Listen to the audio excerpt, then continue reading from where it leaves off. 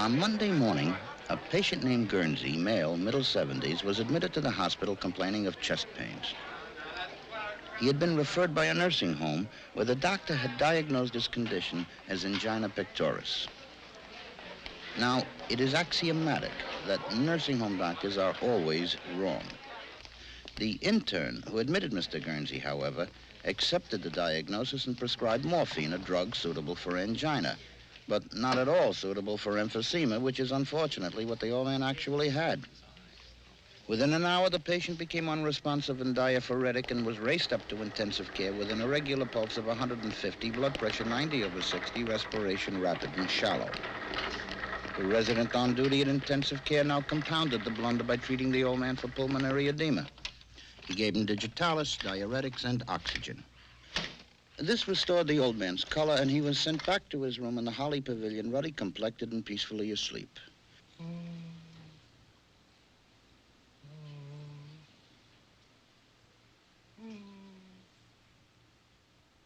In point of fact, the patient was in CO2 narcosis and died at 7:30 that evening. I mention all this only to explain how the bed in room 806 became available. The intern involved was a prickly young buck named Schaefer, who had a good thing going for him with a technician in the hematology lab. In the haphazard fashion of hospital romances, Dr. Schaefer had been zapping this girl on wheelchairs, stretchers, pantry shelves, in the kitchen, in the morgue, in the dark corners of corridors, standing up, sitting down. So you can imagine what an available bed meant to him. Hey, Sheila. This is Howard, Sheila. Hey, listen, I got a bed for us for tonight. A real, honest-to-God bed. Dr. Schaefer?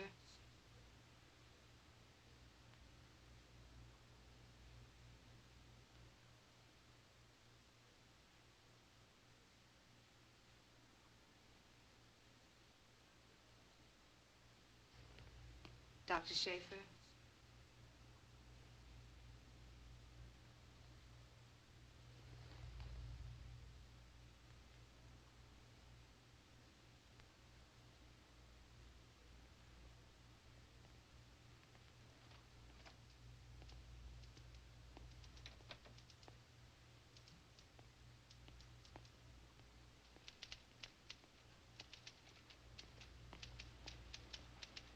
Listen, did you know that Dr. Schaefer was in room 806 because he's dead? What? I'm just telling you that Dr. Schaefer is dead.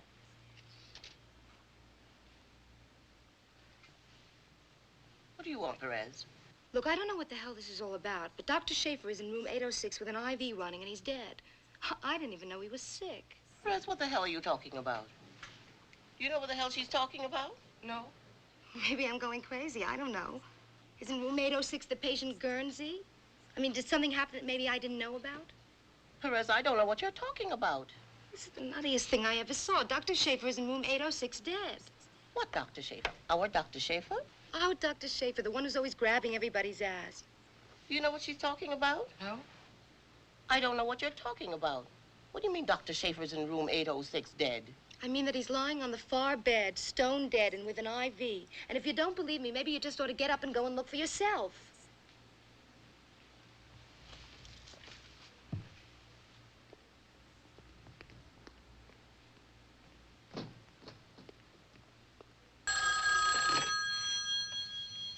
Dr. Bach?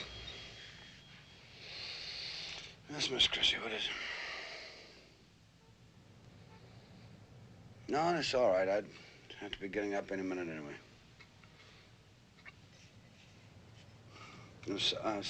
Sorry, I missed that. You say that again, please. Yes, I know. Yes, Schaefer, the stud with the glasses, fancies all the nurse. I'm afraid I don't understand. What do you mean?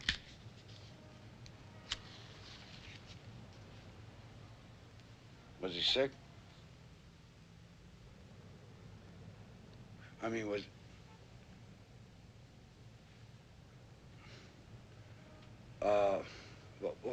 was the cause of death?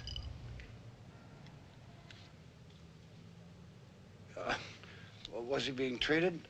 I mean, I don't understand. What was he doing in the bed? I mean, you did say...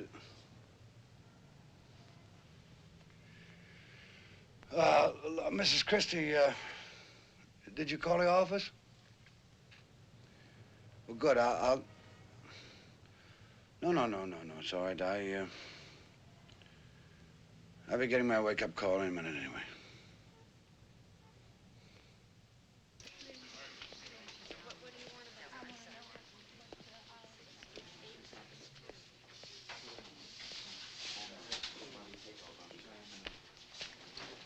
Oh, boy. What happened? We've seen some pretty good snafus, but this one, there was a certain splendor to this one. One of the night nurses up per diem thought Schaefer was a patient and plugged an IV into him. He was a diabetic, you know. What do you mean she plugged an IV into him?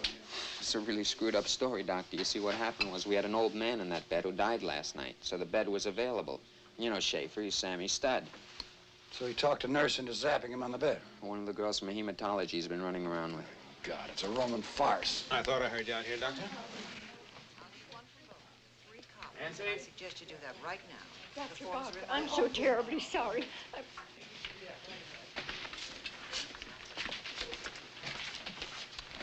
Now, as I understand it, one of the nurses inadvertently administered an IV to Schaefer here. How the hell could that happen? Listen, I think we ought to straighten this out somewhere else.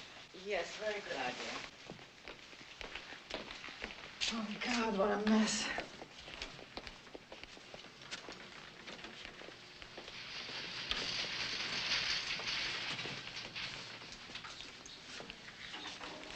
Well, these things happen, of course.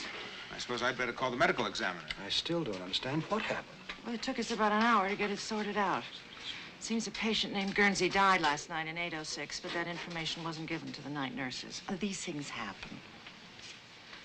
At any rate, according to the Cardex, the patient Guernsey was down for 25 milligrams of Spayrine at Q6H, and Mrs. Reardon sent Nurse Perez to give him his 12 o'clock shot.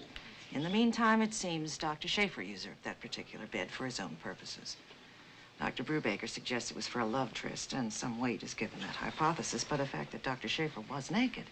I get the drift, Mrs. Christie. In other words, Nurse Perez went in and sedated Dr. Schaefer, thinking he was the patient Guernsey. My God, what I don't understand. May I finish, please, Doctor? After Perez gave him his shot, she noticed the IV was pinched off on the bed.